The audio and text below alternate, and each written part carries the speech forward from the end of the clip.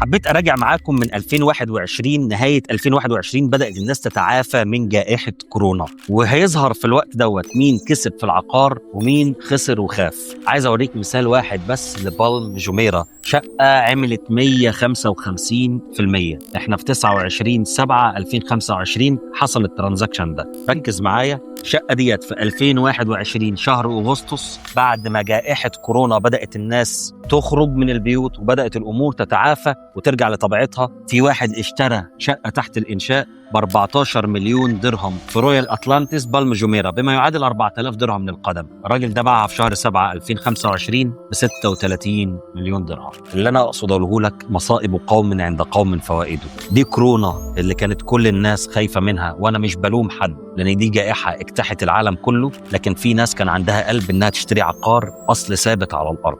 إحنا بنفهم في الأرقام وعارفين الفرص بتكون فين، واللي جاهز ليها يقدر يقتنصها ولا لا. لو انت مهتم تاخد فرص زي دي تعمل منها 155%، تواصل معايا بشكل مباشر. خلينا ندرس البروفايل بتاعك ونشوف انسب فرص ليك فين.